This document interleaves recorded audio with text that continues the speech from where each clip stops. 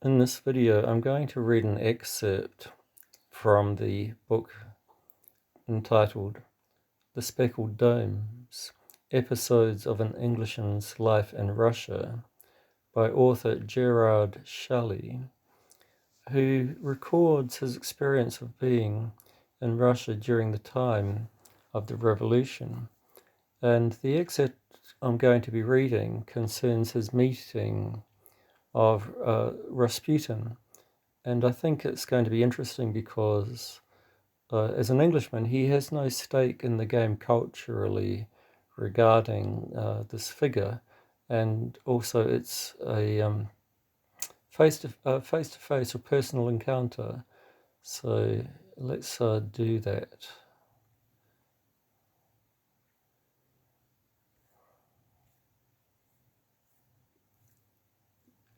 Chapter 3, Rasputin. The alarming stories of Rasputin, the strange peasant at the court of the Tsar of all the Russias, filled me with a strong desire to see and hear the man myself. To the vast majority of the Russian aristocracy, and especially to the intelligentsia, he was a monster of iniquity. To a very select few, those in fact who had personal relations with him, he was a saint and the protagonist of a great ideal.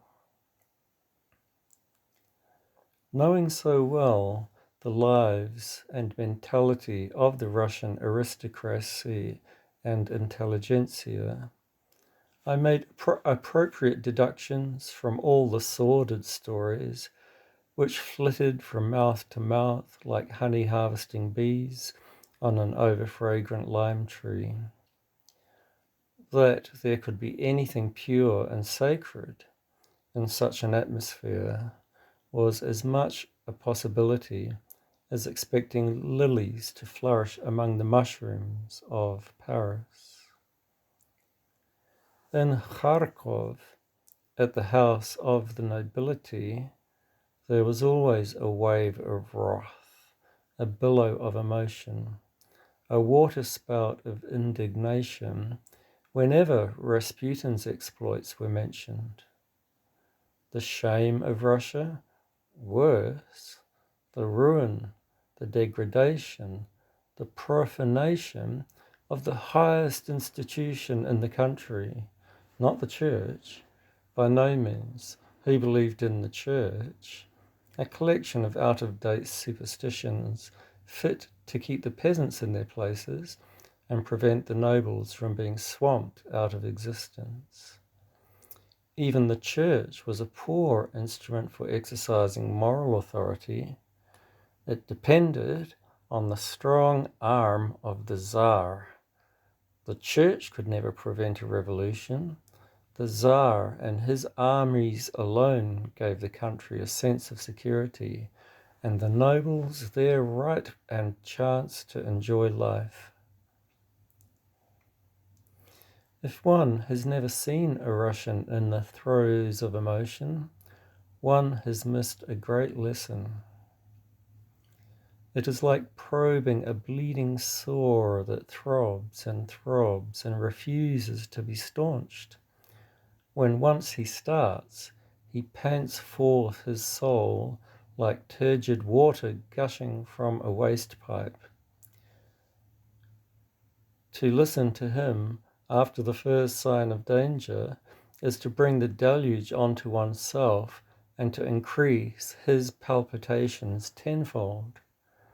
Remove your presence, and the man's emotions die like vapor in a bottomless pit, for the Russian dearly loves an audience.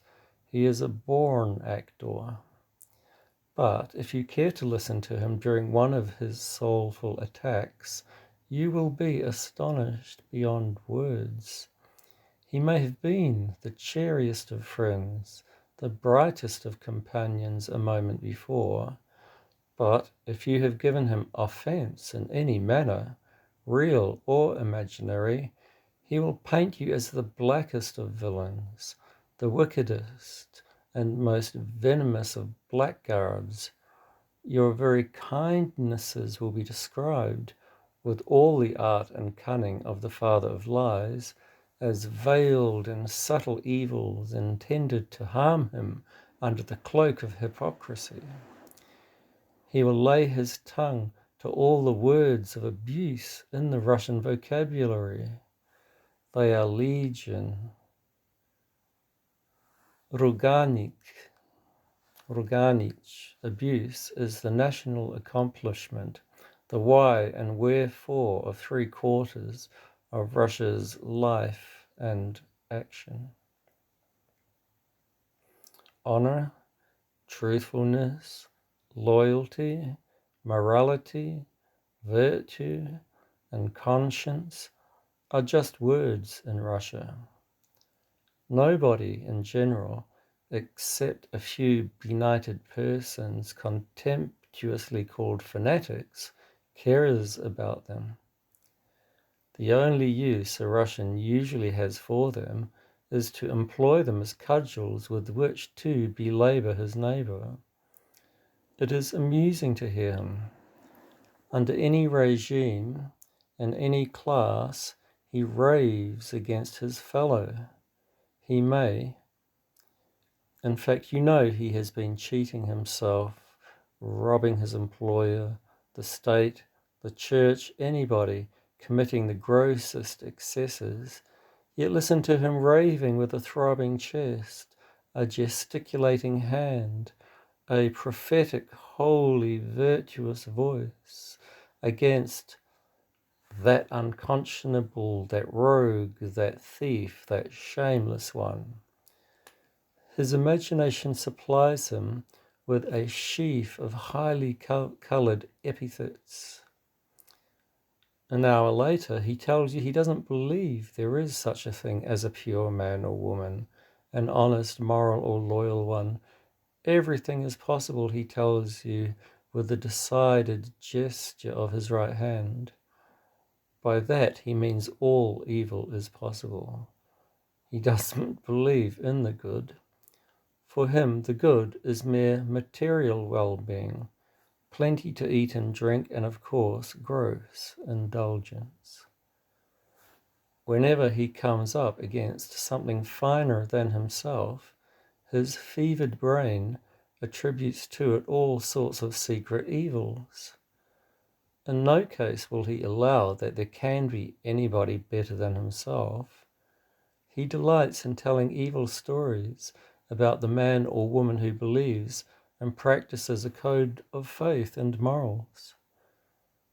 He cannot force himself to accept such people as sincere realities. Why should they practice virtue, he asks. He is Russian, intelligent, God, religion, conventions. He dismisses them as vaporous myths melted in the blast of science. Only life is real. It can only be lived once, so enjoy it to the very dregs. As for the state and society, they are mere conveniences for life. The more you get by them, the luckier you are. Thus, Mr. Russian Intelligent reduces all to nihilism. He is conscientiously logical. It is the logic of lava conscientiously creeping down the side of the fiery mountain and blotting out all the fairest things of creation by virtue of the law of gravitation. Lava has nothing to do with spring and the growth of fresh, vigorous, healthy plants. Neither has the Russian Intelligent.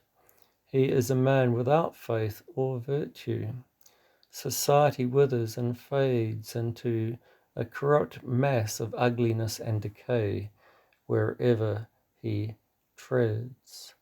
No wonder Rasputin and the Empress were victims of his spirit. It was through the kindness of Princess Gaisin that I first met Rasputin.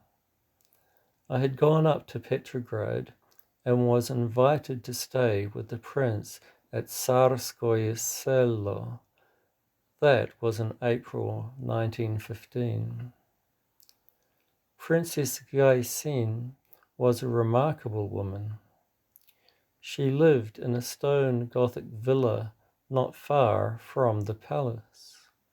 She was a widow and spent her days looking after her 2 sons and a very pretty daughter. After my experiences of the Moscow nobility, I found this ideal home very refreshing. Her husband had once been the son of Princess Gaisin's life. He had been dead some 10 years when I arrived at Tsarskoye Selo. Nevertheless, his devoted widow was convinced he still hovered spiritually around her, moving stealthily behind her when she moved about the house, or sweeping past her at odd moments with a rustle of ethereal clothing, like a sudden gust of wind in an invisible aspen tree. This ghostly habit of the departed one was by no means a delight for nervous guests.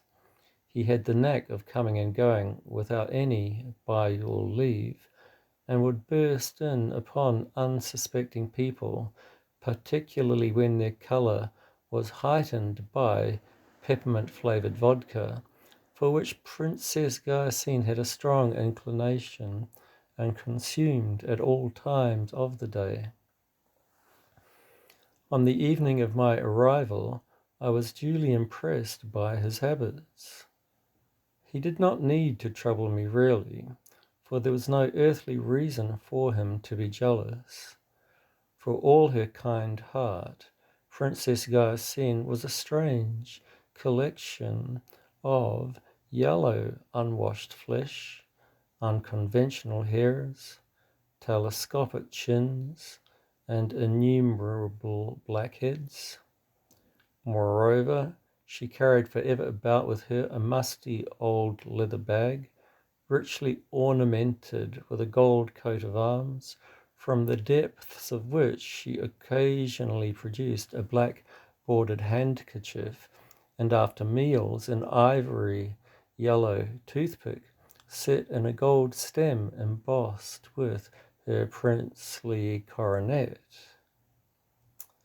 How well I remember being received by her on my arrival. The front door was opened by a young Caucasian footman, dressed in a blue striped print jacket. Among the tall palms at the top of the red carpeted staircase stood Princess Gaisin, smiling and holding out her richly jewelled hand.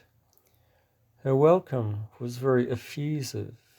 Her voice had a fluted sound like that of the blackbird, and her words of delight and pleasure seemed to have all the airiness, lightness, colour, and charm of bubbles blown by a throbbing spirit. Not a detail of my journey was allowed to escape her questioning attention. I gave her my assurance that all had been well. She could not help giving a dig at the intelligentsia. "We never take the train either to or from town," she said. "You can never get rid of the atmosphere. You see, the intelligents are such dreadful people, mental hooligans. One feels it in one's blood when they come near one. So vulgar and quite impossible. I'm sure hell is paved with the minds of intelligence. If they sat still and looked at the cows, one might bear them, but they can't live without talking, and what they say is a real torture. It reveals all the barrenness, the madness of their minds. To listen to them is to feel the world is a living grave, no hope, no light." "No hope, no light," she repeated in a delightfully expressive mellow voice, endowing the long syllables with rich intonations. Then she led me into a dim room after ordering the footman to take my belongings to my room. About the walls of the dim room hung Turkish carpets, panoplies of Caucasian weapons, rusty helmets and swords. A glance told me they were all richly chased and encrusted. Here and there a photograph cast a suggestion of life into their museum-like detachment. A couple of Turkish divans stood alongside the walls, and a few dusty leather chairs circled round a massive writing desk littered with an inextricable mass of papers, letters, books, pens, cases, scraps, cards, money, etc. Presiding over this altar of anarchy stood a high-backed carved wooden chair dotted with purple pomegranates. On this throne, Princess Garcin took her seat with majestic dignity, her grey head crowned by the enormous gold coronet surmounting the late prince's initials on the back of the chair. They have no hope and no light, Princess Garcin again repeated, ringing the bell. They believe in the revolution as though it is going to make a paradise of earth. They are so material. If they overthrow the Tsar, they will set up another, perhaps 10 times worse. They talk for hours about the justice and freedom, the noble life that is to be. It's all to take place with a stroke of that magic wand, the revolution. And all the while their personal lives are sheer horror. None of them dreams of realizing freedom and justice and nobleness of thought and deed in his or her own life. Why should they? They don't believe in God or religion. They have no mystical motive to be righteous. They imagine all the good things will come automatically with the overthrow of the Tsar.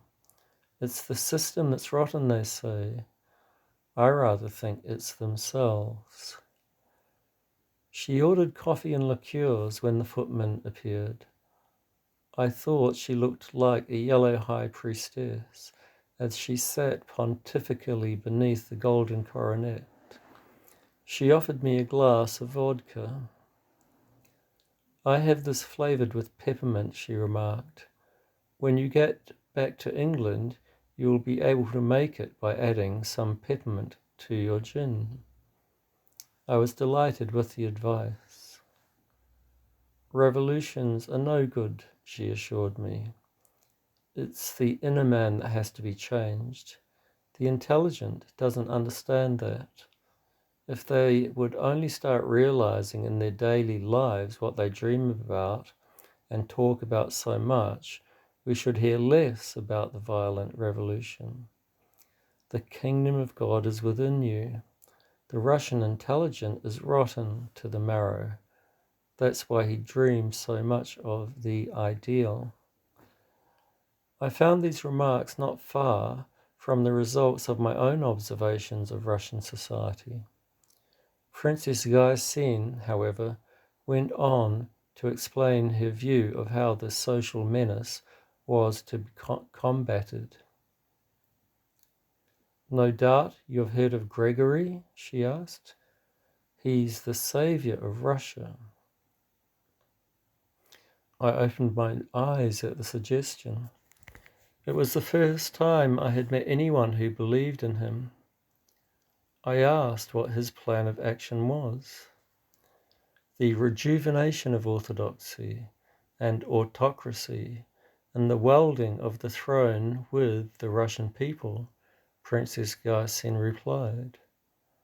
I naturally asked for details, but at that moment the princess suddenly laid her bejeweled hand on my arm. Hush, she said, looking at me with wide open eyes. My husband is moving about the house. With uplifted finger, she listened to the footsteps in the hall. If I had not been forewarned, I should have taken them for those of the footman or some other servant. With the utmost attention I listened while the sounds went on. Someone seemed to be pacing up and down the spacious hall. Of a sudden the door opened noiselessly. There was a strange silence for a few moments, followed by a furious rustle like the flapping of 100 flags. No one appeared. I looked at Princess Garsen in amazement. She was smiling gently, gazing all the while at the golden icon of the Kazan Virgin in the corner of the room, her eyes lit up with a strange ecstatic glow. The silence was uncanny. Suddenly a quiet voice said, "Gospodi pomiloj," Lord have mercy. And once again the strange rustling sound filled the room. Princess Garsen crossed herself piously and breathed a prayer. She rose from her seat and shut the door. I thought how strange it was for the Invisible One to forget his manners, but it was characteristic of the Russian. He never closes a door behind a lady or himself if he can help it. That is a menial's job. It was interesting to learn that the other world had nothing to teach in the way of Western manners. There was a strange odor in the room. It soon vanished when I smoked a cigarette. It may seem unusual to you to witness these things, Princess Garsen remarked at last, but to me they are my daily experience. I can't really explain why my husband comes so often. It's his voice I recognize, and the strange odor is the same as that which he liked for his cigarettes. He used to consume hundreds every day and had them made at Tiflis with a secret perfume of the mountain tribes. He died in Rome of over-smoking. Has he visited you ever since his death? I asked. No, she replied. All was as usual after death until I started theosophy and psychical research. Of course, I am a strict Orthodox, but the Church cannot explain all things. Since I took up psychical research, I've come to realize that the human brain is not the only instrument of intelligence. I became aware of my husband's presence. Unrest in the other world runs in the family. One of the Garsens was exiled by Peter the Great to Siberia and died there.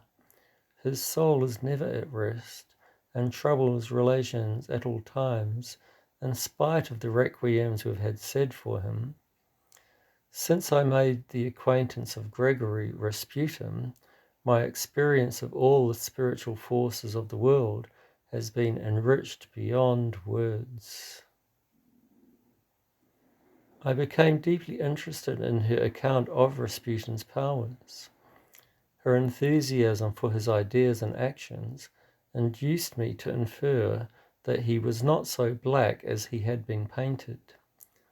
Fortunately, I was to have an early opportunity of meeting him. In the midst of our conversation, the footman announced a visitor. It turned out to be a liveried messenger from the imperial palace. He brought a letter bearing the imperial crown. Hastily opening and reading the message, Princess Garsen dashed off a few words in reply. When the messenger had gone, she looked at me with beaming eyes. I'm very lucky today, she remarked. Gregory has invited me to a tea party at his flat in Petrograd. I'll tell him you are anxious to meet him. You will be struck by his beautiful eyes and gestures. He is one of those wonderful peasants that Russia produces so often. He is a natural king. You've seen Shelyapin, the famous actor and singer? He too was a peasant, but what a voice! What magnificent acting! Gregory is better. He is a prophet with all the grandeur and vision of a seer.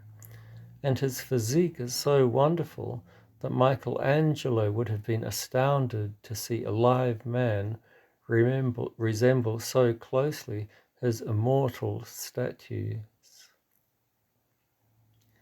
I hurried away to my room in order to leave my hostess to the exquisite enjoyment of anticipation.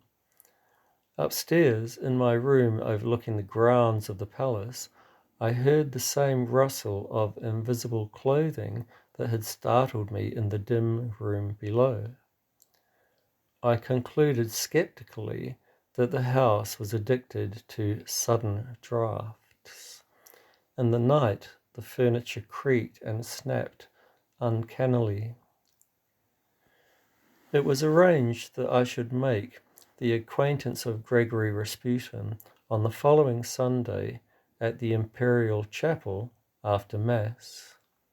Chance, however, forestalled the arrangement. A Danish sculptor named Aronson, who was executing a tomb for Alexander III, happened to call upon Princess Hyacinth. It was suggested the princess and her family should pay a visit to his atelier, where they would see some interesting work. Accordingly they went, taking me with them. As we stood admiring the artist's achievements, including a bust of Princess Hyacinth's beautiful daughter, we were startled by a voice behind us saying, "Peace to the servants of God." It was a voice that once heard could never be forgotten. Deep and melodious like the velvet tone of a cathedral bell, it vibrated with gentle power and manly pathos. The very sound was a poem, a lyric that needed no words. It is true that every Russian deacon strives to acquire a deep, resounding voice, for society used to pay a higher price for a deacon with a deeper voice at the church and home services, which were so frequent before the revolution.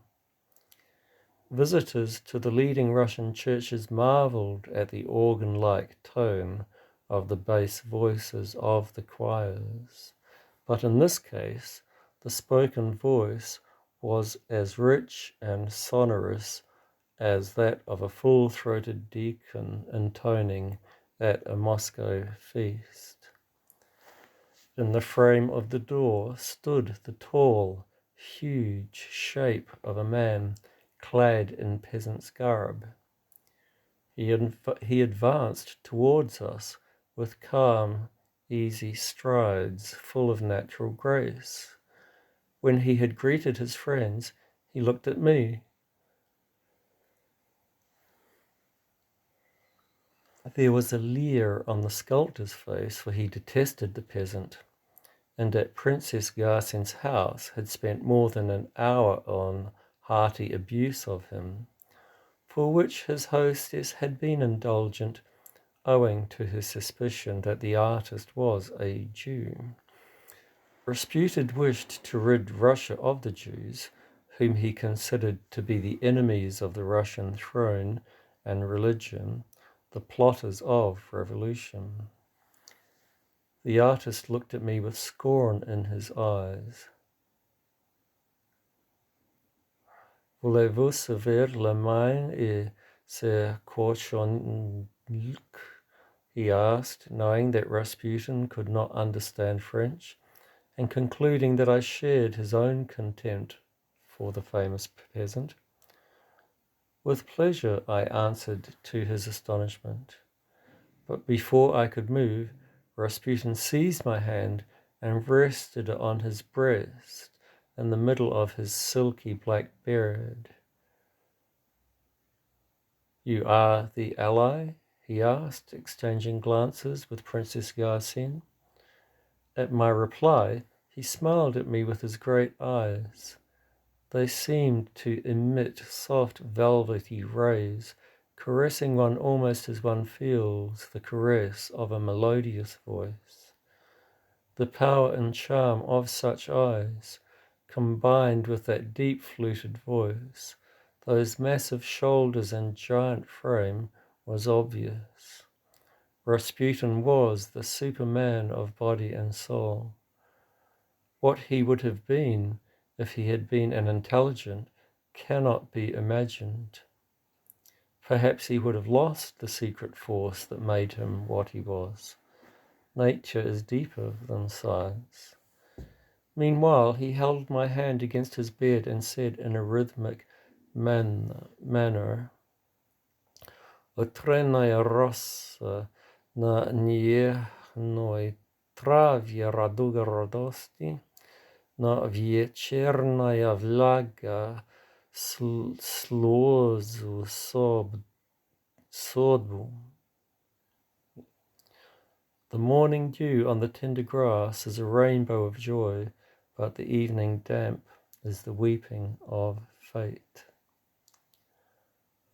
I had been warned that he was accustomed to make cryptic remarks, so I took this with the proper respect.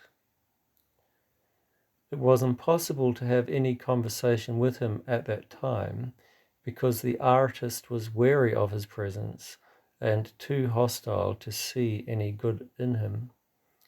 I was lucky enough, however, to receive Rasputin's invitation to visit him whenever I pleased. Princess Yasin's daughter insisted on taking a snapshot of the starets. For this purpose, he stood before the sculptured tomb, saying these prophetic words: "I stand by this tomb in order that I may be a witness to the source of Russia's greatness and defender of the Holy Orthodox Church. I fight for the Tsar, the faith, and fatherland. While I am alive, no harm shall ruin them, but if I perish, so shall they."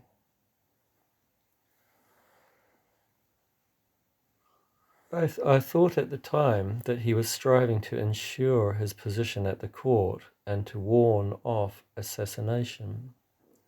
Since the day he was stabbed by a fanatical woman, he had no peace of mind on that score. By startling coincidence, his words have proved all too true. The chance of meeting Rasputin in the intimate atmosphere of his own home was unusually precious. Fate, however, seemed determined to deny me that privilege. I was suddenly requested to accompany some foreigners to Moscow in order to act as interpreter for them. The matter being connected with the war, it was my duty to render this service. I had not been in Moscow more than 3 days when a strange thing happened. A young Russian friend introduced me to a daughter of one of the wealthiest Moscow merchant princes. He was particularly anxious I should make her acquaintance, as she entertained lavishly and was an original character. Maria Morozov was a pretty woman of 22. When I was presented to her at her mansion, I was delighted to hear her speak perfect English. She had fair hair and dark eyes, the whites of which seemed like saucers.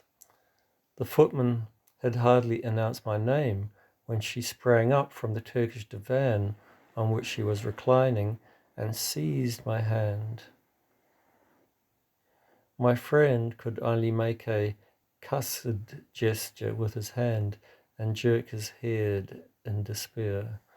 I caught a look of amusement in his eyes. She drew me to the divan, and having induced me to sit there, threw her lithe form among the pink cushions at the other end. She immediately began in panting tones to entertain me with her personal history. Without a blush, she told me that she had married a man a few months previously and had sent him about his business a fortnight after the marriage ceremony. When one is rich, one need not be burdened with a husband, she remarked. Of course I married a man just for form. People still have prejudices. Of course I know you English believe in hypocrisy, but we Russians are different. We wish to be free. She sighed very deeply and looked pathetically affected. Ah, freedom. What is life without freedom? I was then informed that since dismissing her husband, who had willingly taken a lump sum and gone off to take the waters with another fellow spirit, she had decided to make her home a temple of art and fellowship. I did not need to be told that art stood on a high pedestal in the house. From the steps of the hall to the room in which we were sitting was a long gallery of gleaming Apollos and Venuses, while on the walls hung post-impressionist pictures of a daring type. I want to make you an initiate, she exclaimed. Ach, ach, чудесно. Wonderful. We haven't got an Englishman in the fellowship. This will be amusing.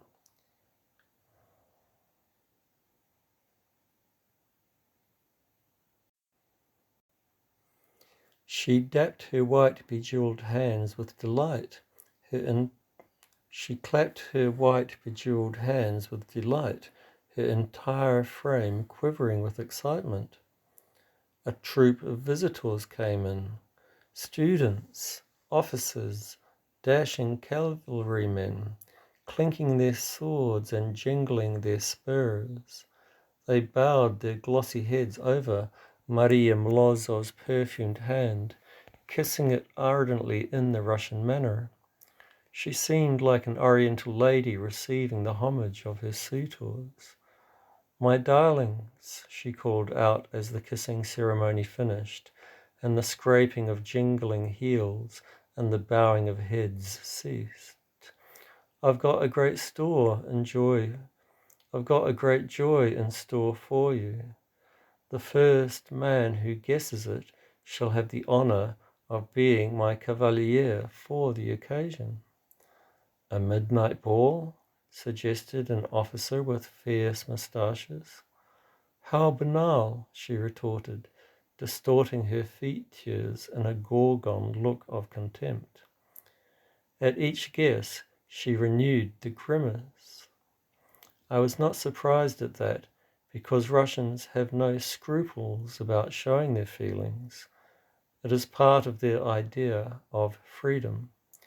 And here was a leader of the best Moscow society presenting to her guests all the contortions of a Charlie Chaplin. You'll never guess, she exclaimed. I must tell you, blockheads. I'm entertaining my wounded officers tonight. One wing of her great house was set apart for the care of wounded officers. I've ordered the best singers and entertainers. 500 rubles each. I've beaten Filipova. She clapped her hands with delight. Filipova was the wife of another Moscow millionaire and a rival in society entertaining. I was fated to meet her 2 years later. Just picture to yourselves, she added, her lips unrolling with contempt. She offered them 50 rubles for the evening, and yet she is sure to sit in her grand box at the Bolshoi Theatre with her flabby hand always glued to her face so that people may see her famous pearl ring. It's as big as a pigeon's egg. This was indeed true, for I had seen the lady and her peril myself when the audience of the theatre were overcome with emotion as she entered the notorious Filipova box. So I multiplied her insulting offer by 10, and they are all coming, she went on. But more than that, you'll have a tremendous surprise. What that surprise consisted in, she resolutely refused to disclose. I expect you all to stay to dinner, she announced. Afterwards we shall all go to the artistic theatre to see Kachalov in Ibsen's At the Gates of the Kingdom. My box will take you all, and we can come back with the cast. Accordingly, from 4 to 7 the time was passed in chatter, smoking, tea drinking. A hissing samovar was renewed at intervals by a huge Cossack footman, while the fierce moustached officer sat down at the piano and played Chopin exquisitely. Another related blood-curdling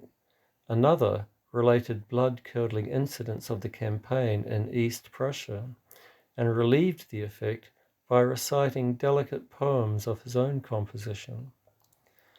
After dinner, the footmen called some cabs, and we drove to the theatre.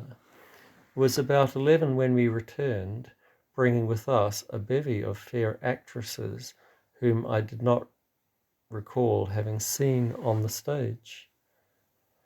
Everyone was agog to know what the promised surprise was. Maria Morozov laughed and joked and looked divinely Delphic. Other visitors were waiting in the drawing room.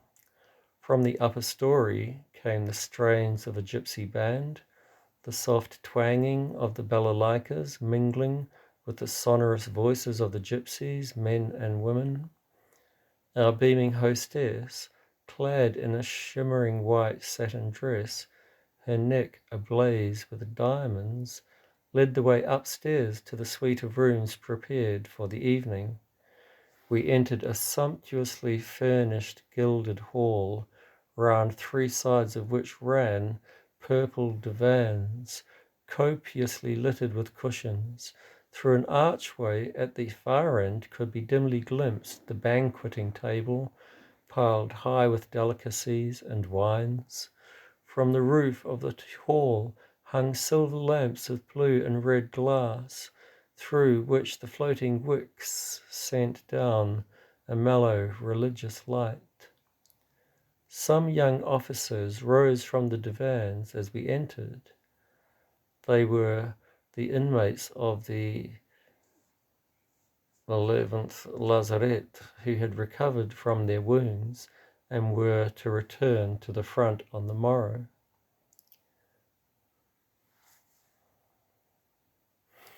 When all the guests were duly congregated, Maria Morozov enthroned herself on the central divan and called out to the gypsy band concealed in the banqueting room beyond the archway. Immediately the twanging balalaikas set up their soft, caressing music, and a handsy, swarthy tsiganka, wearing a black and red shawl, advanced barefoot into the middle of the room. She held aloft a glass of sparkling champagne. Her bare feet pattered on the parquet floor, while her lithe body swayed and writhed like a snake to the accompaniment of the hidden balalaikas. The dim flickering light of the overhanging lamps gave her the look of a pagan priestess performing a mysterious rite. Suddenly she burst into song, rich, rapturous, and throbbing with feeling. She swayed herself towards her hostess, reaching out the sparkling wine glass and singing, as the fragrant flower sheds its scent around, so let joyful hearts o'erflow with song and sound. Let's all drink to Mirya, dear and kind, while we're all a-drinking, none other such we'll find. She stepped forward and placed the wine-glass in Maria Mlozov's hand, ordering her to drain it to the dregs. While this was being done, the male voices of the band and all the reclining guests repeated the couplet with tremendous enthusiasm. The balalaikas seemed to tear their strings in a mad whirl of melody. If anyone could have felt cool and unstirred in such an atmosphere, he would have deserved to enter Kingdom Come on the spot. Suddenly the gypsy leapt into the air with a great bound, flinging wide her red and black shawl. So startling was her spring that she seemed to me like a great bird of ill omen, spreading out its crippled wings in a struggle to fly away. From her upstretched throat came a shriek, "Shatter the glass!" Maria Mlozov sprang up with a lightning movement and, like a haughty, defiant queen, dashed the glass to the floor. It smashed into 100 glittering pieces. The gypsy lifted up her swarthy hands, her red and black shawl looking like a priestly garment. A grave, dismal look crept over her features. Such is life. So passes happiness, she said in solemn tones. Then, throwing out her arms again with a wild gesture of despair, she called out, "Live, live." At this command, the voices and the balalaikas burst once again into melody, wild, tumultuous, maddening. The gypsy swayed her way back to the banqueting hall and returned with a new glass of champagne. She advanced with it in the same order as before, offering it to the guest on the right of the hostess. She sang a new verse and introduced the guest's name into the couplet. Then the glass was drained and smashed once more, and the ceremony was repeated till all the guests had been toasted. At the end, the broken glass was swept up and the floor made ready for dancers and singers. While the song was in progress, the footman ushered in a tall form. In the excitement and dim light, no one noticed him, but as he came across the room after the conclusion of the song, I was startled to recognize Gregory Rasputin. The surprise that fell on the revelers left them speechless for a few moments. Then, as Maria Mlozov rose to greet the starets with a look of triumph beaming in her eyes, a burst of applause broke spontaneously from the onlookers. The sensation was enormous.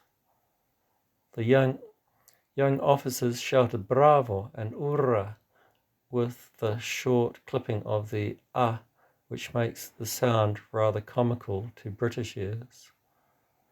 In response to this show of enthusiasm, Rasputin bowed and said in his deep, resounding voice, "Звездно вечер boyariza, тихим хороводом плещут в звезду, ту золотой зари, рабу бою, еселетес."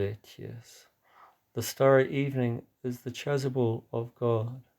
In a gentle rondo the stars dance till the golden dawn. Servants of God, make merry. The gypsy woman took this for a hint that she should offer Rasputin the customary toast, and came forward with a glass of champagne. Maria Mlozov, however, briskly ordered her to retire. A footman came in with a small table, which he placed at one end of the room and covered with a white cloth. Maria Mlozov's gold marriage icon was brought and placed on the table, together with some wax tapers. A bearded priest and deacon, who had evidently arrived with Rasputin, waddled in and took up their stand before the improvised altar. The priest was robed in a gorgeous cape, while the deacon swung a fuming thurible. Together they chanted some prayers and intoned the Lord have mercy with sepulchral rumblings. I believe the priest was one of the old believers, for he intoned 40 Lord have mercies and crossed himself 40 times in succession. The officers performed the ceremony with proper reverence and congregated in a lump before the priest, while he read a chapter of the Gospel over their bowed heads. When the ceremony was at an end, they filed past the priest and kissed the painted cross he held out to them. A few minutes afterwards, some of them told me they did not believe in any faith. Then why do you perform these actions? I asked. Tak polagaitsa, they replied. It is the rule. The unexpected arrival of Rasputin filled them with delight. One of them, a young fair-haired officer with great power of loquacity and a know-all manner, began to detail all the horrible things that Rasputin would presently accomplish. With cool cynicism, they discussed the amount of intoxicating liquor necessary to set Rasputin going. Ghastly details of supposed incidents which they could not possibly have verified were related with ardent enthusiasm, interspersed with genial execrations. Mentally finding at least a common multiple of all the lurid assertions, I found that nothing less than a gallon of vodka would overpower Rasputin's gigantic frame. Like true conspirators, they settled among themselves by what means they were to induce him to consume the necessary amount should he have no desire for an orgy. They were all to feign conversion and beg him to pledge their newborn faith in champagne. Each one was to demand a separate pledge. To me, their minds, so typical of the Russian intelligentsia, were a source of wonder. They knew quite well that the sale of intoxicating drinks was forbidden by the Tsar, yet here they were looking forward to an orgy of drinking and its shameful results without the slightest scruple. It was characteristic that they gave so much credit to the fabrications of malicious gossip and expected to get their share of fun from its victim. Like most intelligence, they took so morbid a pleasure in the weakness of human nature that they had no faith or will for the sterner qualities. When the priest and deacon had gone, Maria Morozov invited Rasputin and the guests to the banqueting hall, where over 100 wax tapers were alight on the gilt chandeliers at both ends of the table. Here, while the gypsy band twanged the balalaikas and sang in low, mysterious tones like a far-off hidden choir, the revellers began to devour the dainties. It was a real old Russian piergoroi, a mountain route, the table being plied mountain high with food. As for myself, I made half a dozen mortal enemies in 10 minutes. Dishes of caviar and sturgeon, smoked herring and onion, all sorts of oily things were brought to me and literally forced down my throat. When I could stand it no longer and protested against eating beyond my digestive powers, the hostess and her friends raised a terrible wail about my bad manners. Maria Morozov told me that when in Rome, one must do as Rome does. This, however, failed to make room in my stomach for the great dish of oily caviar. It had such a fishy taste, which she ordered me to consume. Not wishing to be a killjoy or to upset them any further, I answered with a look of appeal, "And kiss the Pope's toe?" I knew this was a standing horror to Russia. Rasputin, who had come round to my side of the table, heard this remark and was delighted. There, he said, tapping me on the back, "a true son of the Catholic Church. Christ is the head of the Catholic Church. The Pope of Rome is a heretic, a Latin monster, giving his toe to be kissed." This little outburst turned the tables for me. I was allowed to be judge of my own appetite and eating capacities. Latin heresy has its uses. The starets, however, was the despair of the daredevil officers. He refused absolutely to take any wine or spirit, saying that the Little Father had forbidden its sale, that his faithful subjects should try to make Russia a sober country. The officers imagined they would have to deal with a simple-minded, ignorant, tame mujik, but found themselves confronted by a spirit superior to theirs in its firm adhesion to principle. Nevertheless, they decided Rasputin was off drink and playing the hypocrite. I gathered from a young man who had been talking ardently with Maria Morozov that she was endeavoring to secure Rasputin as a sort of priest for her temple of art. It was well known that she had visions and strange visitants, one of whom had directed her to send her husband about his business. She appeared to have estimated Rasputin on the strength of the stories invented about him by the perfervid imagination of the emancipated class. In the midst of the festive hubbub, a shriek rented the ear. The clatter of the busy tongues ceased abruptly. Looking round, we discovered Maria Morozov lying in the arms of Rasputin. The eyes of the officers beamed with pleasure. Rasputin lifted the helpless form in his strong arms and went into the dimly lighted hall, where he laid her on a divan. With a jingling of spurs and laughter, the revellers followed. The great starets was as kind and gentle as a father to his infant. His deep-intoned voice took on subtle intonations of pacifying power. "Lie still, little dove, Golubchik," he murmured. "Do not be excited. You need some cold water." This chaste beverage was not at hand, so Rasputin requested a footman to bring some. This was soon done.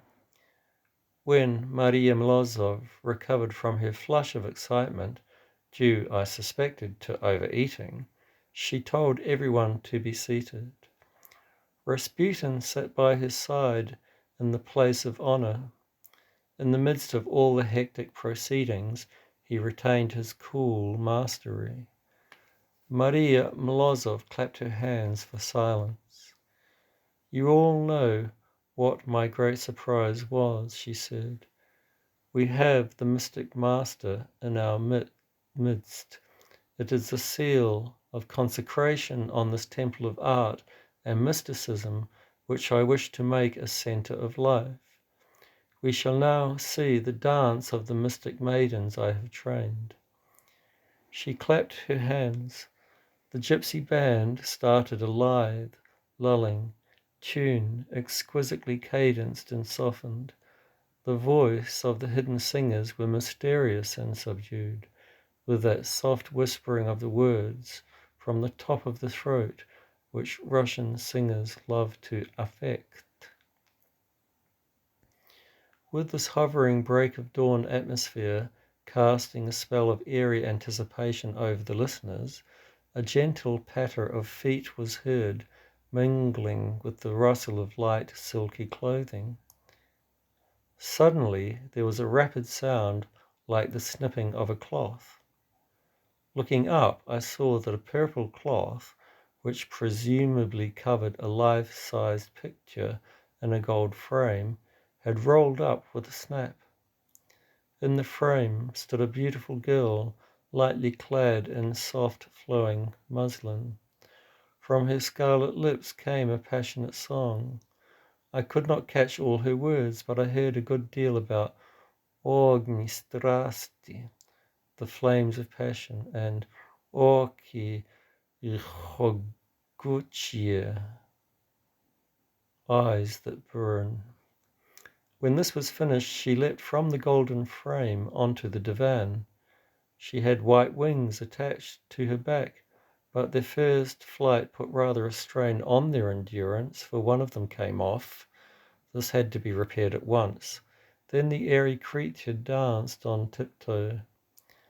I was informed she represented the spirit of love descending from heaven to fire the hearts of men.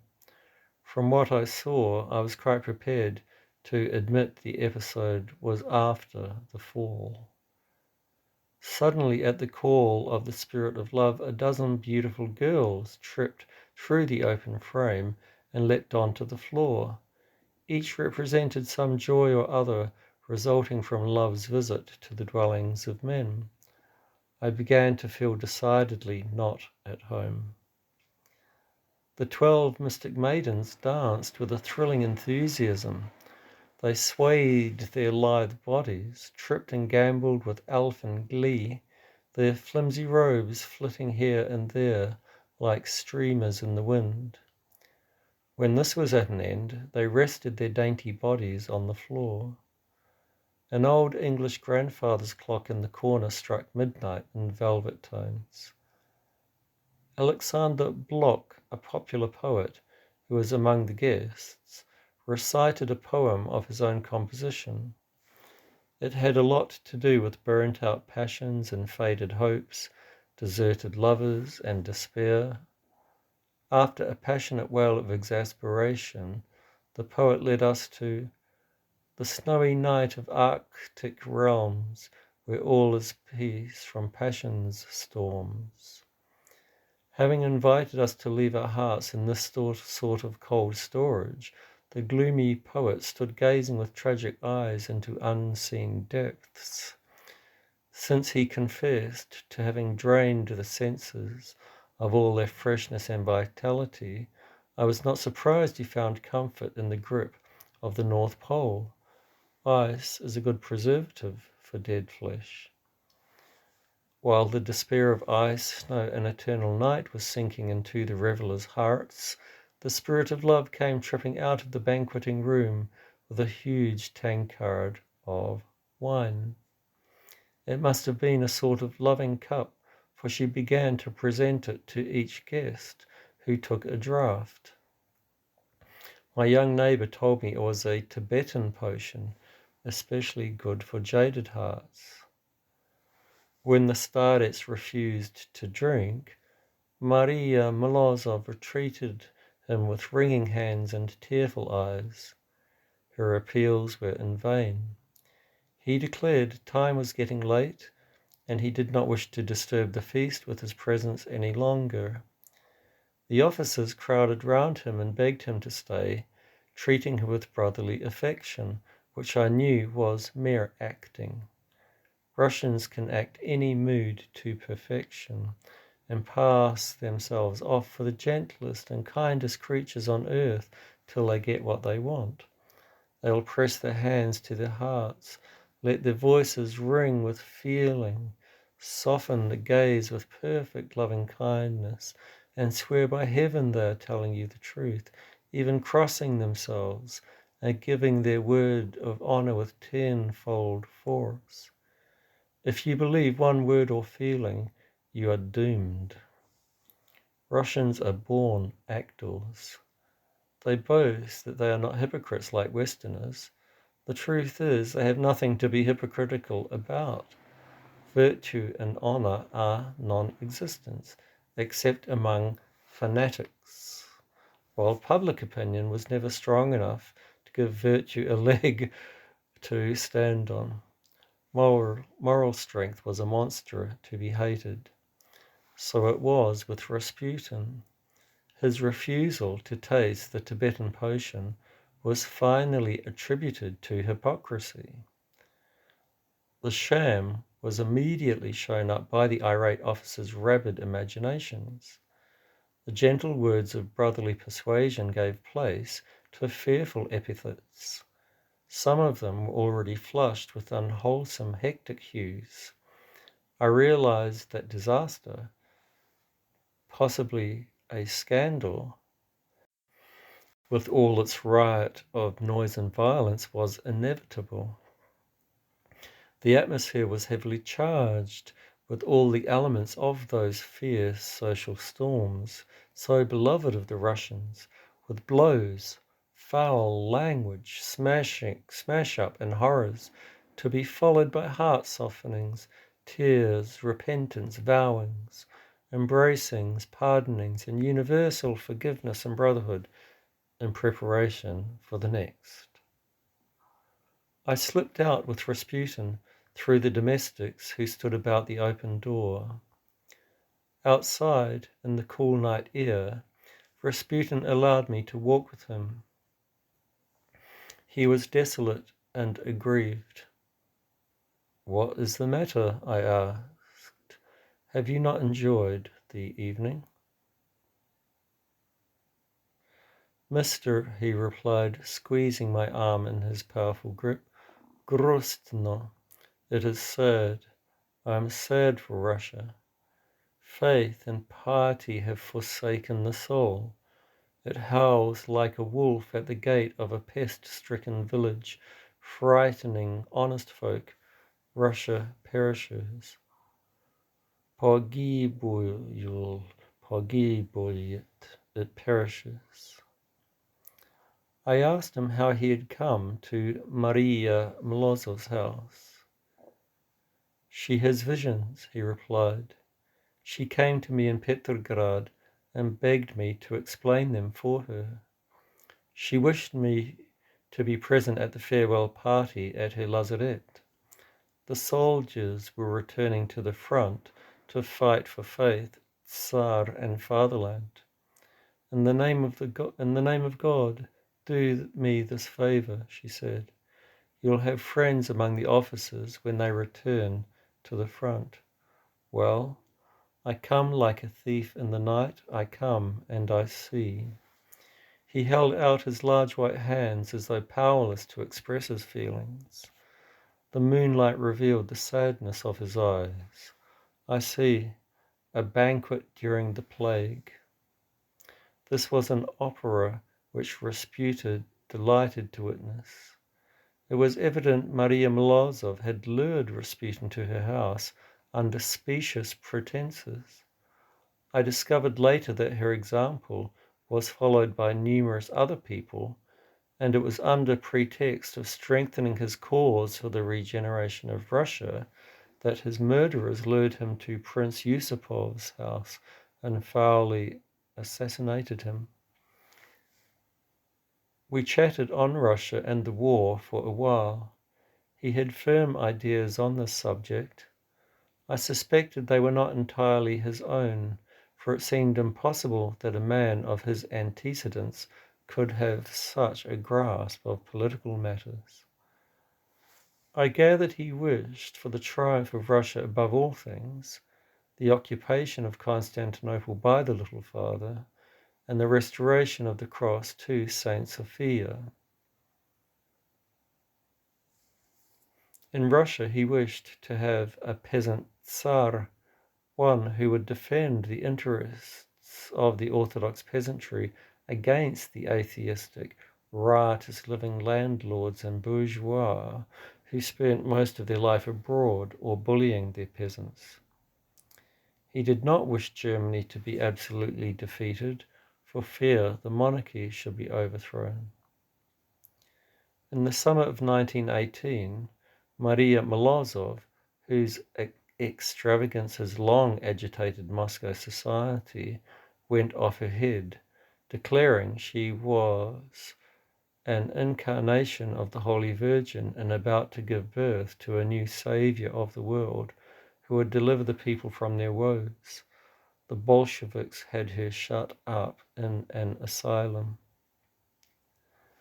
The Kaiser is the Lord's anointed for the Germans, he said naively. We must not upset the Lord's anointed, for all power is from God. I promised to call and see him in Petrograd. As we parted, the beautiful chimes of the Kremlin bells rang out in the still night air. Rasputin's stalwart figure passed across the deserted Red Square into the shadow of the motley domes of St. Basil's Cathedral, looking like a grim, squatting hydra in the pale moonlight. Before the icon of the Saviour over the spasty gates, the sacred red light flickered and glowed. A squad of soldiers crossing Moscow on their way to the front passed across the chill cobbles like grim, voiceless ghouls, leaving a pungent odour of leather and stale clothing in their wake. As they descended the hill, they suddenly broke into song, a jaunty rhythmic tune, full of strong accents, now bursting with volume, now sinking to a gentle hum. They crossed the river with a swinging shout of exultant defiance. Russia seemed safe, the Kremlin rich and calm in its ancient dreams. On my return to Petrograd, I soon heard lurid accounts of Rasputin's visit to the house of Maria Morozov. There had been a terrible orgy. I felt happy to be able to relate what had really occurred during the time the Starets was present, but the thirsty souls of the scandal mongers and the crafty minds of the political workers refused to face the facts. It appeared to be true that Maria Morozov's party soon degenerated into the customary Russian kutyosh, but neither I nor Rasputin was present. A kutyosh is a regular Russian riot of gastronomic, bibular, and bacchanalian delights. The gross bourgeois society of Moscow vied with the fine aristocratic society of Petrograd in these savage rites. Grand dukes were not above driving out to those mysterious villas on the islands across the Kameny Bridge and lending an imperial hand and letting hell loose. The Moscow bourgeois followed the Grand Ducal lead and were whisked in fast flying sledges over the glistening snow to the mysterious villas beyond Petrovsky Park. To such people, the asceticism taught by Rasputin was a mortal offence. It must be remembered that although Russia abounds in princes and counts, they are in no way connected with the ancient traditions of Western chivalry. Their ideal is to wear fine raiments, eat fine food, enjoy sensual delights, and parade at fashionable watering places. The idea of a lady or gentleman is completely absent in Russia. Its lurid substitutes, the Grande Dame and the Grand Seigneur, are all too conspicuous. I once heard a French lady in Petrograd complain that the Russian aristocracy was similar to the French bourgeoisie. In fact, I think it was worse. It had mentally and with regard to manners all the characteristics of Ethel M. Dell's men and women without their virtues in an oriental setting. There was a lavish wealth of hand-kissing and bowing, a glitter of surface manners, which never survived the show. A Russian family will act the kindest of hosts, the politest of manners, and when the ill-liked visitor has gone, huge father, pretty mother, and all the little counts and countesses will join hands and romp round the table, skip upstairs and down, in a feverish whirl of rejoicing for the visitor's departure. I have witnessed this performance time after time. I have also heard the assertion that the British are hypocrites. I realize that the fearful things attributed to Rasputin were, in many cases, the actual doings of his accusers. Perhaps no man in history has been so furiously calumniated. This hatred of the Russian aristocracy and intelligentsia for the devout peasant did not even spare the Empress and her daughters. Atrocious stories passed up and down Russia. I hardly found more than a dozen Russians who had decency enough, not to say loyalty, to refuse credence to or actively discredit these evil interventions. Some of them actually thought they were doing a service to the Tsar by making a scapegoat of his German wife. They thought the Tsar would be safe if popular malice was turned against the Empress, to whom all the evils of the country were ruthlessly attributed. The publication of Artsribashev's Sania knocked the last prop from beneath a very superficial structure of convention. Depravity became a token of civilization, free from the prejudices of the Dark Ages. Truly religious minds, such as those of Rasputin and many of the so-called Black Hundred, looked upon this overwhelming wave of corruption with horror and alarm. Small wonder that the Empress and her followers looked for the salvation of Russia to the closer union of the throne with the peasantry, to whom the old traditions of orthodoxy, religion, and morality were still living realities. The intelligentsia had gone astray into the putrid wilderness of materialism, looking only for the establishment of a society of mere comfortable conditions, idealizing sensual orgies as the paradise of the system. Just as virtue and sacrifice were the goal of the religious system, so the orgy and a merry life were the natural ideal and point of gravitation of the Russian materialist mind. Apart from a few acid, faith-fired idealists of revolution, the general result of the eclipse of religious idealism was a hideous nightmare of gross sensuality. Every restraint was flung away as a prejudice, just as Lenin scorned truth and honesty as capitalistic prejudices, so the intelligentsia despised virtue as a prejudice of religious mythology. The average Russian intelligent has an incurable love for dismissing whole centuries of human experience with a pontifical wave of the hand as prejudice. He does not care to penetrate their mystery. Science has explained everything for him. Perhaps no country in the world had so many mental parrots as Russia. Religion is a peasant prejudice. Yet it is curious that the Russian intelligent, having no desire to explore the higher forms of religious consciousness, goes down into the depths of materialism to explore the horrors of hell. Perhaps that is due to his nature. He gravitates towards the appeals of his lower nature and shuns everything that demands a lasting effort and perseverance. Cardinal virtues he abhors. In this atmosphere, Rasputin tried to work for the old ideals. In order to have an intimate talk with him, I called one day at his flat after having much difficulty in making an appointment over the telephone. His servants had Rasputin's handwriting an invitation to the author to tea.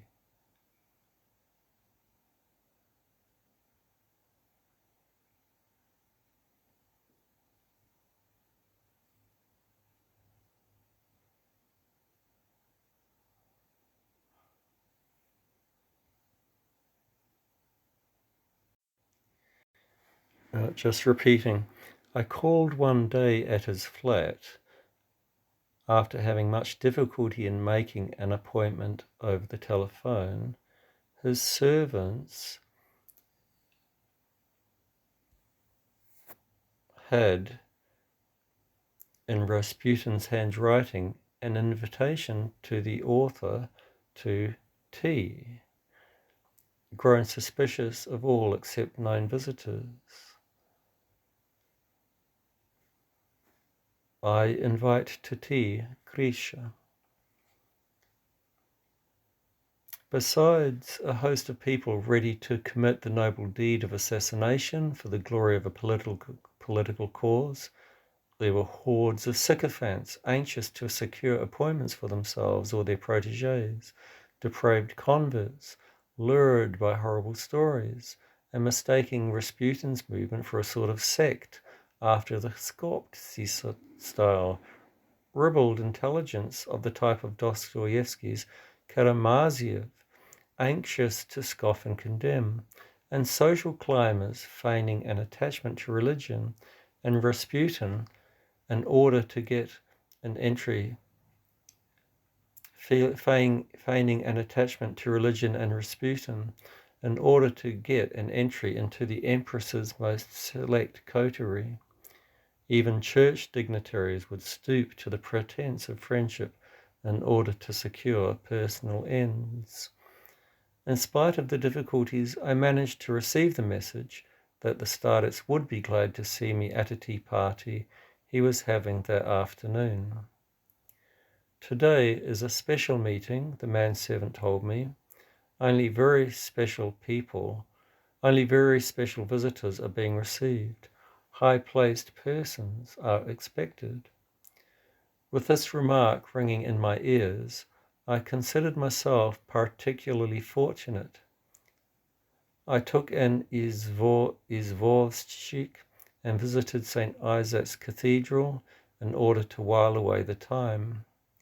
The wonderful building was filled with mellow sunshine, setting the golden icons and mosaics aglow. A crowd of pious worshippers stood before one of the icons where a priest in a pink cope was holding a droning service. His deep guttural voice filled the lofty vaults and dome with weird echoes. The litany he was intoning must have been a weary one, for occasionally he took a small comb from his cassock pocket and passed it deftly through his flowing, well-greased locks towards the nape, drawing most placidly, Gospodi molimся, let us pray to the Lord. It was not the first time I had witnessed this unconventional act in church. In churches with a mechanical liturgy and a dead of obsolete language, the droning priest often lapsed into similar irreverences out of tedium. I once saw a deacon come out of the sanctuary of a Moscow church with a tea kettle, pass through the prayer-mumbling peasants, and fill up the tea glass of the verger, selling candles at a desk near the entrance. It all seemed so natural that no one noticed any irreverence. In St. Isaac's, an attempt had been made to lift the Eastern Church out of the rut of peasant rustic worship. The building was Western, but the inevitable Russian spirit still gravitated towards lethargy and a thinly veneered nihilism. The Mongol never dies in Russia. Rasputin's flat was in the neighborhood. About 4 o'clock I drove there, finding a few smart carriages waiting outside. I was surprised to see the fat coachman of Countess Klinmel, a notorious pro-German woman whose sumptuous house on the Sergievska was a hotbed of German propaganda. She was a great gambler and had a malicious wit, delighting in saying the nastiest things in the fewest words about all who crossed her path. This form of amusement was very popular in Petrograd society and passed for witticism. She was said to have invented the notorious last drop of blood story, which the poor parrots of Russia repeated to the heart's content. That was when Mr. Lloyd George made a speech at the Guildhall in which he declared that Britain would fight to the last drop of blood. The Russian pro-Germans immediately turned it into a malicious joke. I never heard the last of it. It was still going strong when the revolution broke out. People would say, "Have you heard Lord George's speech? The Britain will fight to the last drop of blood," sotto voce of the Russian soldier. Loyalty of spirit is a rare bird in Russia.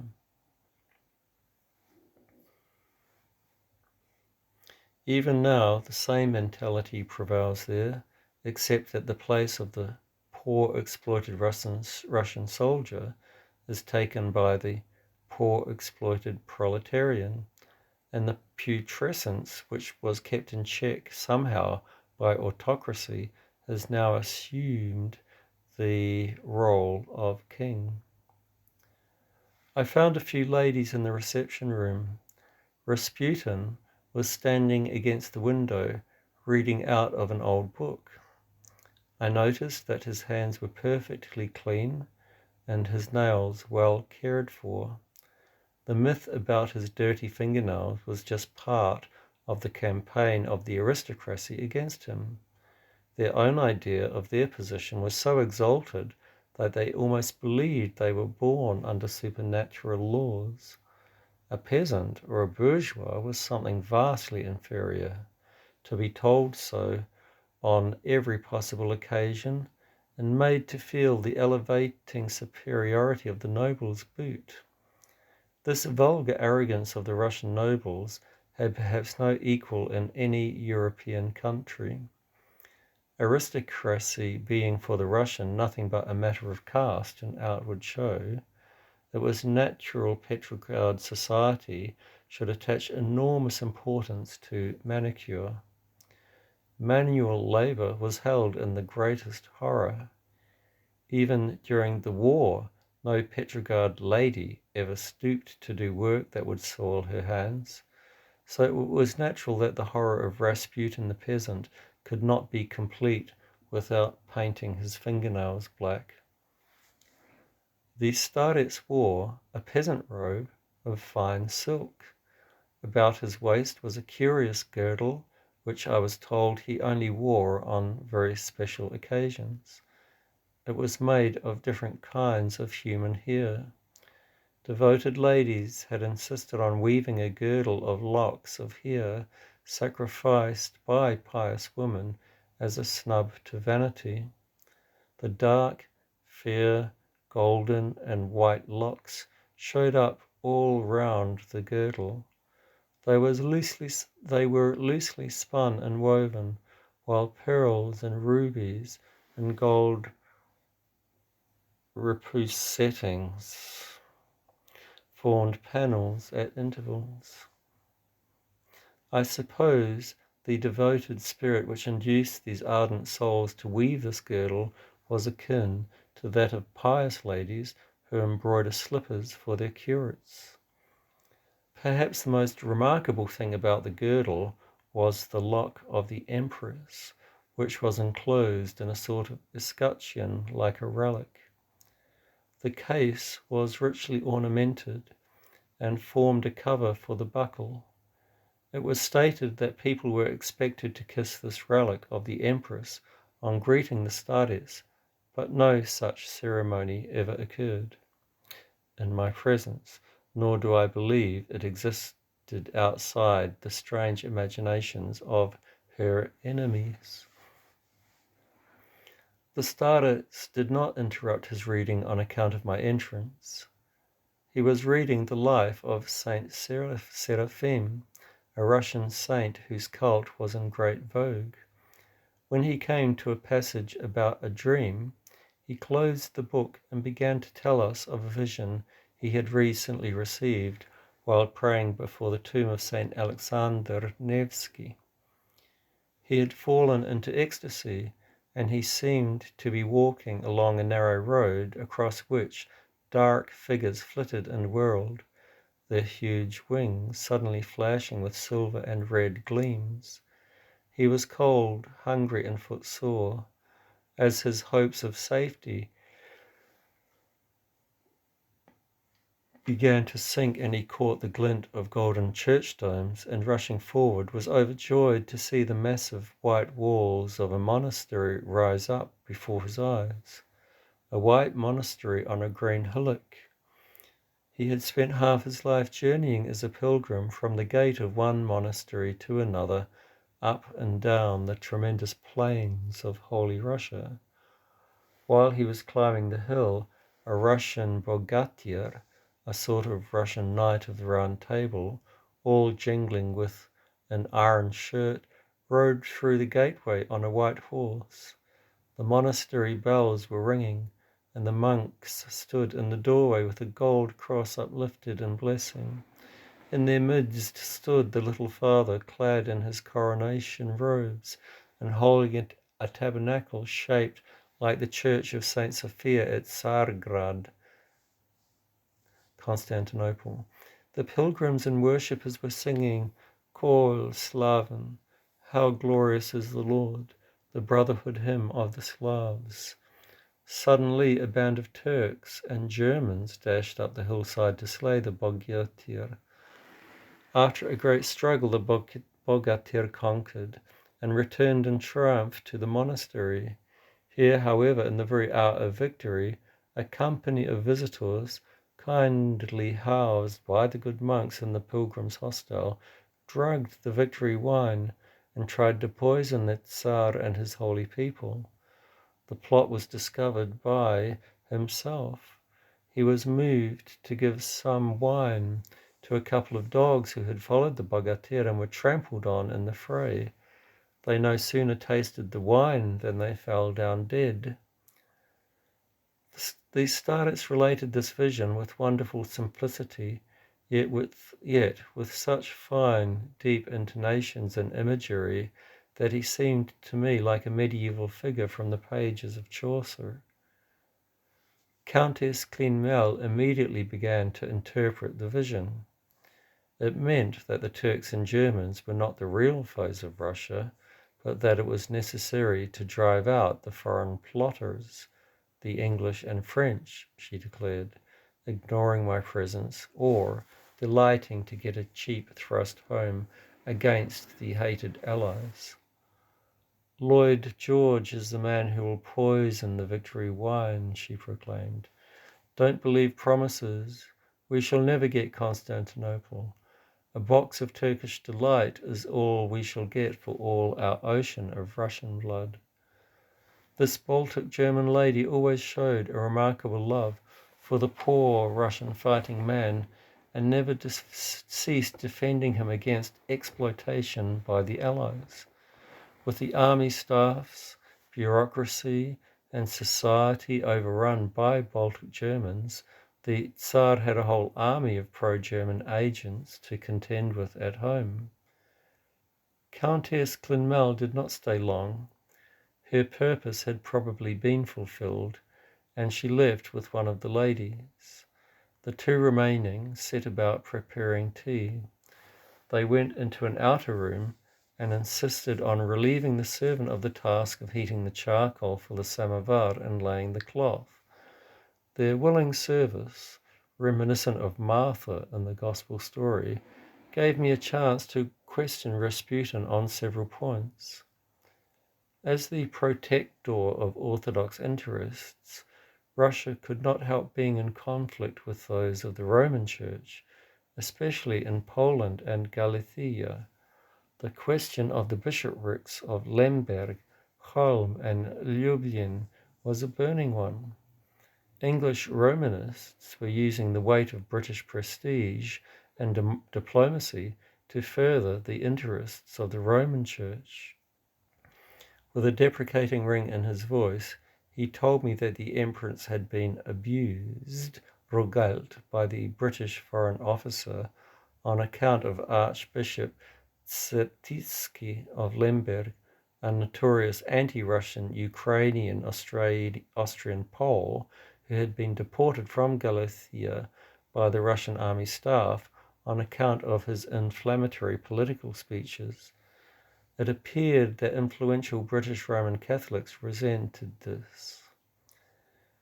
The Empress was greatly annoyed at this interference in Russian affairs, especially on behalf of a man who was Russia's avowed enemy and determined to raise difficulties in the rear of the victorious Russian army. She could not understand why England should voice the claims of the Roman Curia when the Catholic countries were silent. With regard to religion, Rasputin declared that science was a failure because it had finite means and ways and could not deal with the endless great and endless snjal. People thought of God too much like a scholar's sum. They were always looking for the tiniest atom or the greatest world. They forgot that God was the endless small. They forgot that God was the endless small as well as the endless great and could not be measured. Apart from his saga-like eloquence and rich poetic visions, his stalwart physique and velvety-toned, breasty voice, he did not strike me as being more mystic than other starci I had met. At times he struck me as being very much like an Old Testament prophet. I think the secret of his power lay in the sense of calm, gentle strength and shining warmth of conviction. He considered the Russian nature as God's chosen people and the Tsar as God's anointed, whose task was to restore the cross to Hagia Sophia.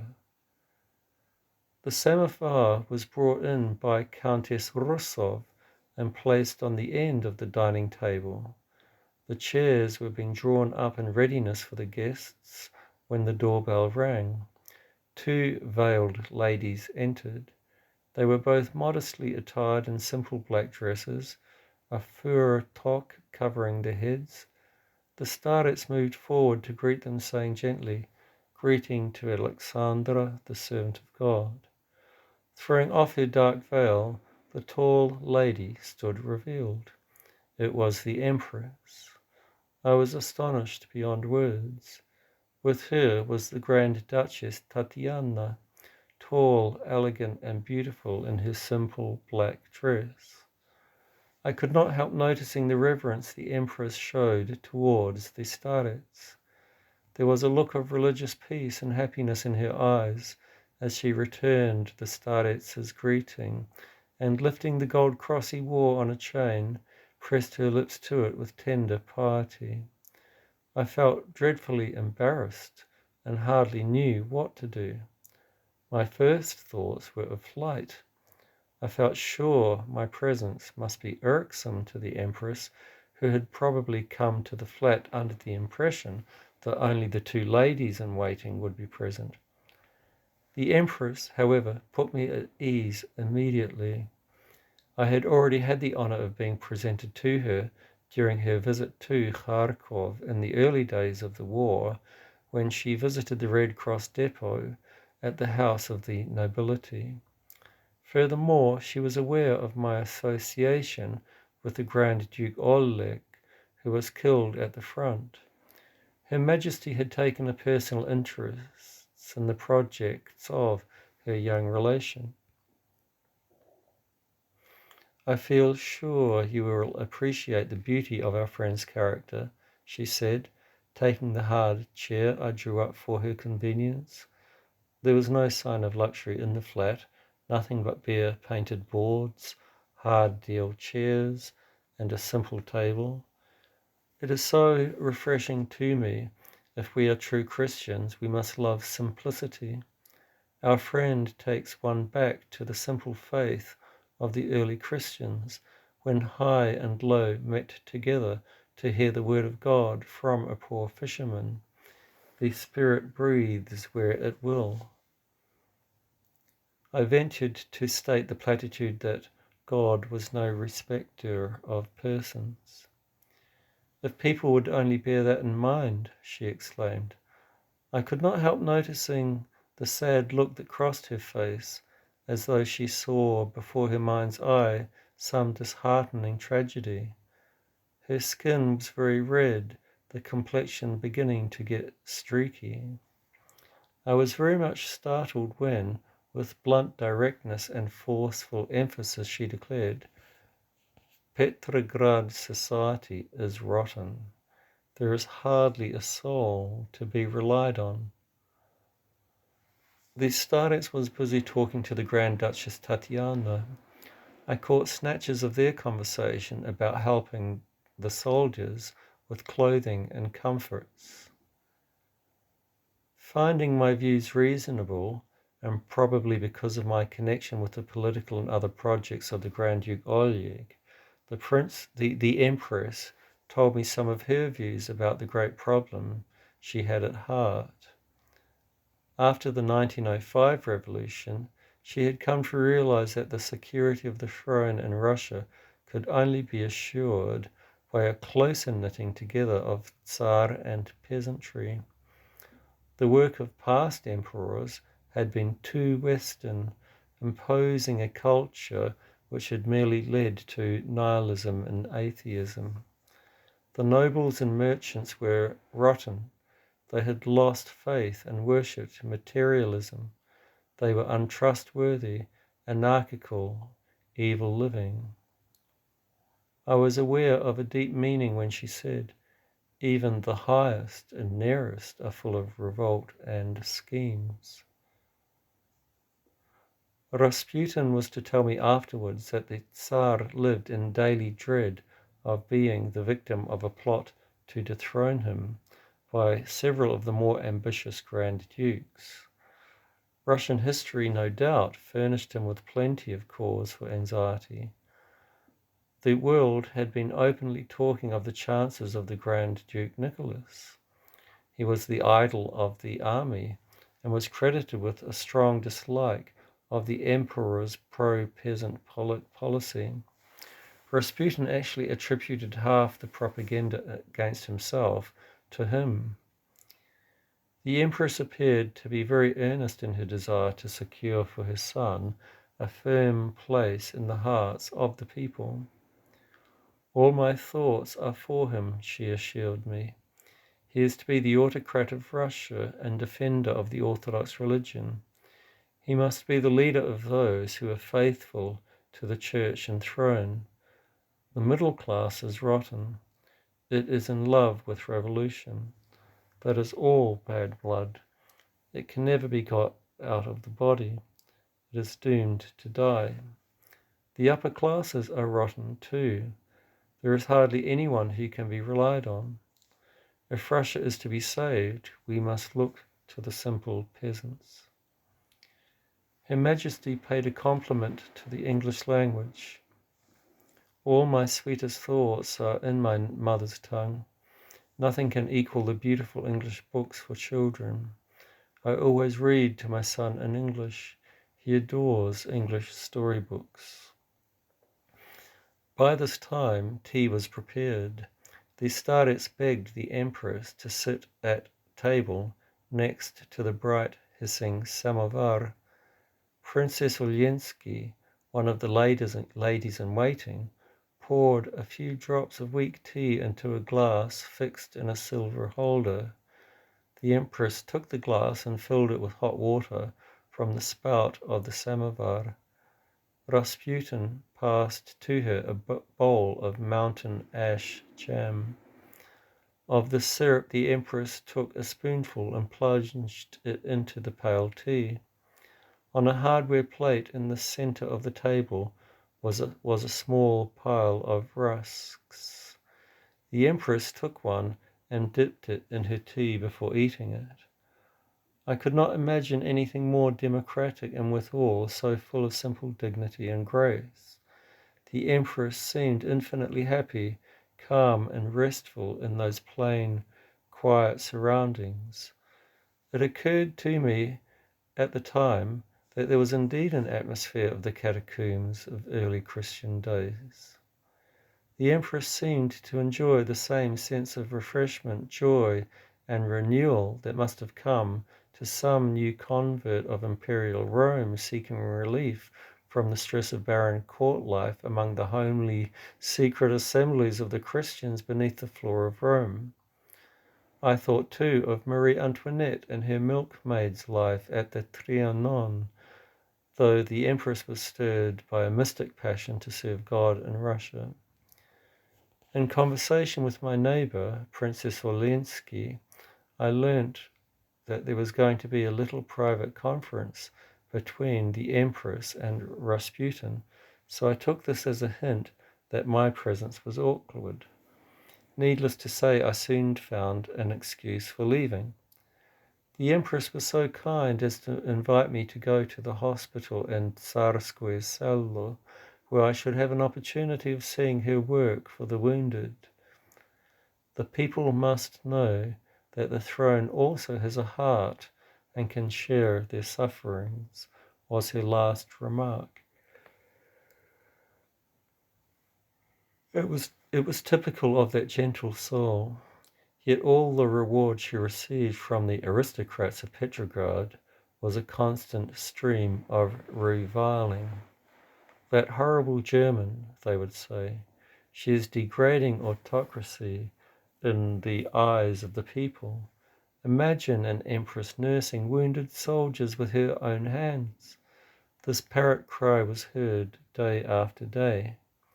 Likewise, her desire to reach the religious soul of the Russian people was reviled and deluged by these pretentious nobles with an orgy of calumnies. No doubt they felt they were being passed by, and that their position as Nautwielders to the populace was being undermined. Living in the neighbourhood of Rasputin, I had ample means for studying his views and observing his manners.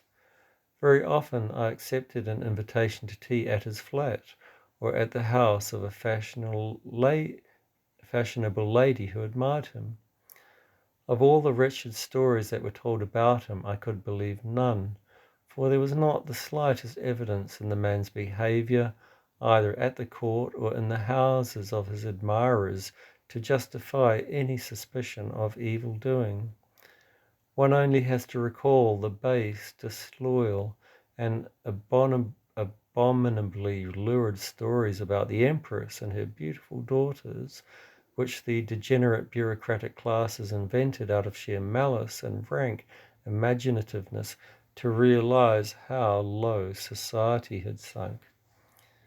In a land of bribe-takers, robbers of state funds, and corrupt officials, Rasputin stood out like the giant figure of a saint moulded in rugged iron. He, of all men in Russia, was immaculate. Not even his worst enemies could accuse him of taking bribes, although he was besieged by men and women with glittering offerings in their hands. He lived a poor and simple life. Such virtue was almost unknown in Russia. Besides, Russia would never have admitted it. They had no belief in any virtue, no will even to believe. Rasputin's life in the midst of a horde of howling, snarling enemies was both dangerous and burdensome.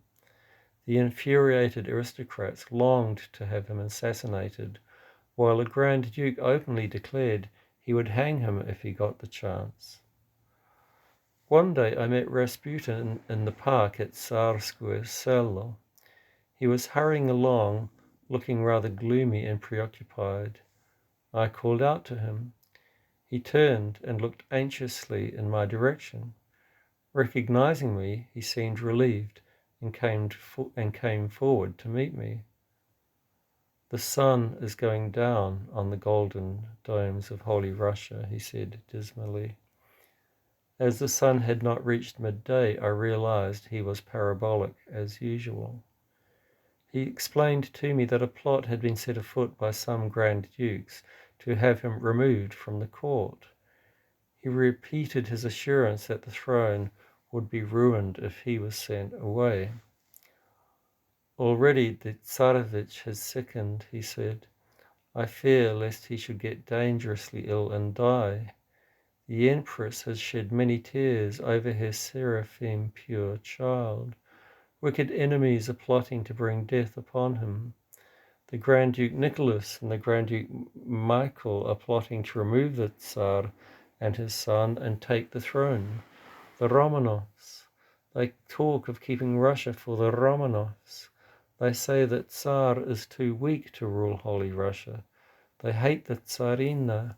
They say that Tsarevich is a sick child and will never be fit to rule, and that he should not live to marry and pass on his illness to coming Tsars.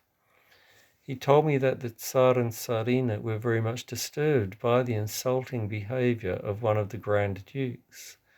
The Empress had done all she could to allay her husband's fears.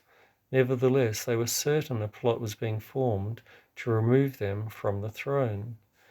They had received news that the Grand Dukes Nicholas and Michael were in communication with certain influential constitutional Democrats who were anxious to set up a constitutional monarchy. The plotters considered the reputation of the Grand Duke Nicholas with the army sufficient to ensure its adhesion. The Tsar and his wife were accused of planning a separate peace with Germany. This was also part of the campaign to turn popular sentiment against them. They were to be deposed, and the army and country rallied to a successful prosecution of the war under a constitutional monarch. The Tsar had received information that the British and French ambassadors were aware of the plot and had assured the schemers of their moral and financial support. Some days later, I saw Rasputin at the house of a princess in Tsarskoye Selo. He seemed quite reassured and withdrew after a chat with the visitors into a small room where he received people privately and listened to their pleas for help. When the audience was finished, he returned and sat down with the rest of the guests at the tea table. In conversation with him, I gathered his mind was no longer exercised by the dangers of a plot. It had evidently failed for the present. He told me instead about his wife and children. He had a great love for them and wished to bring them to Petrograd. One of his daughters was very clever and wished to be educated. The Empress wished to send her to the Smolny Institute for Young Ladies, but the directress, a Princess Levin, was such a snob that she refused to accede to the Empress's request. But Rasputin did not seem to mind. He took the refusal calmly. These people will ruin Russia, he said. They hate the Russian peasant like cattle. They are not Russians, they are Germans.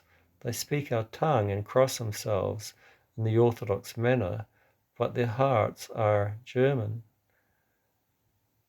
Perhaps the trouble of Rasputin's life was the stupid manner of certain neurotic women. They sang his praises in a strident chorus and thought no act of admiration too trivial.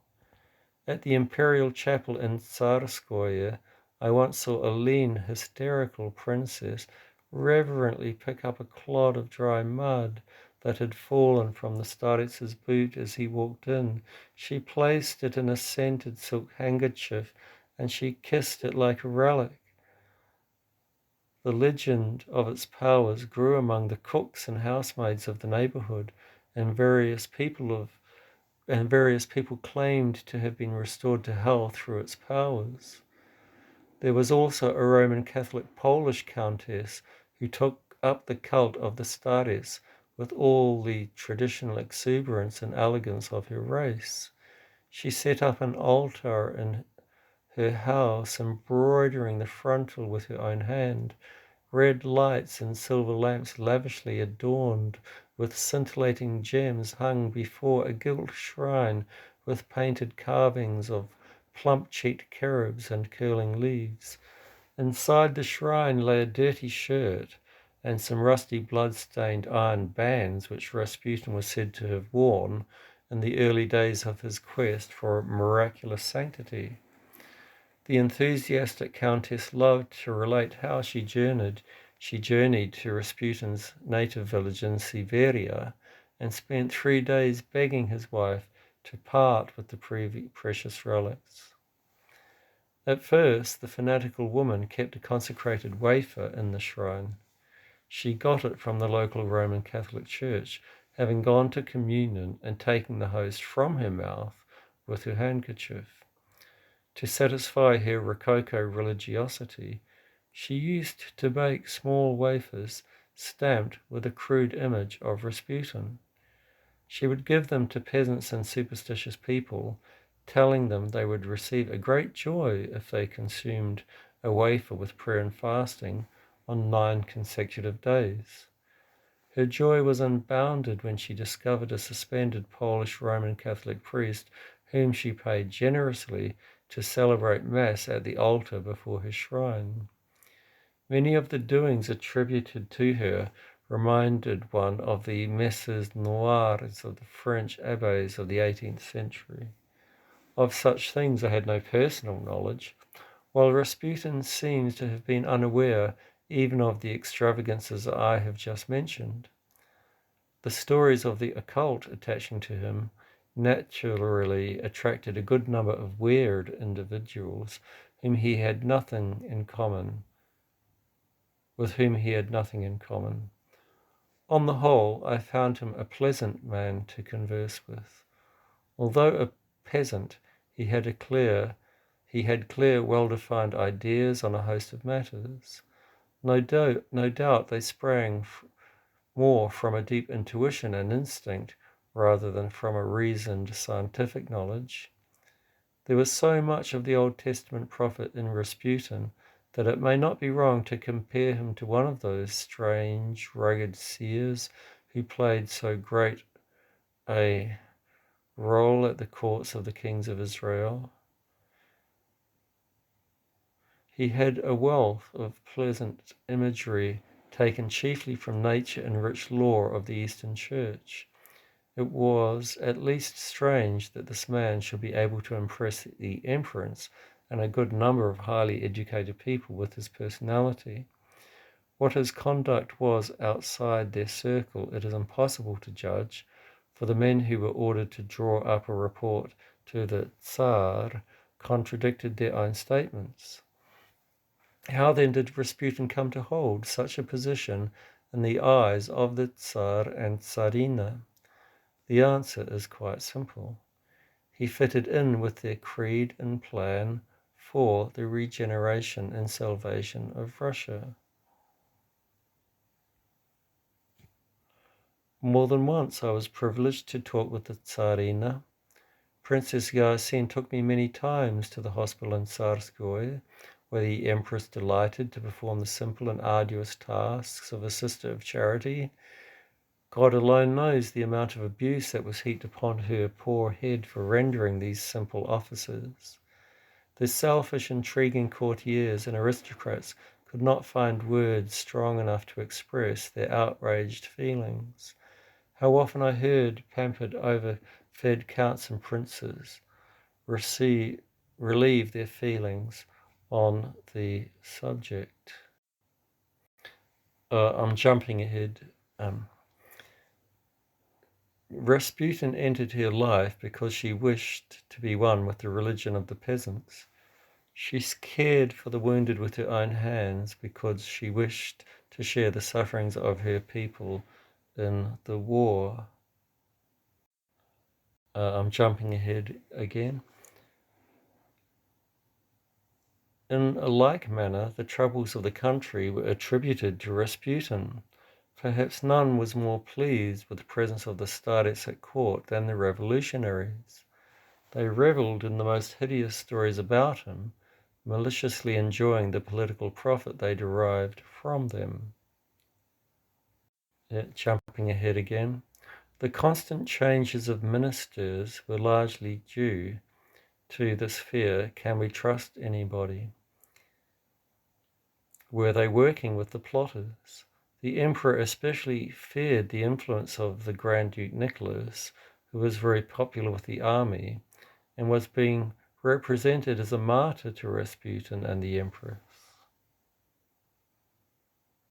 Jumping ahead, Rasputin was aware of the intrigue, but he mentioned to me the names of the Grand Duke Michael, Gorchkov, several factory owners, and the Jewish banker Rubinstein. Jumping ahead, I was surprised at this announcement.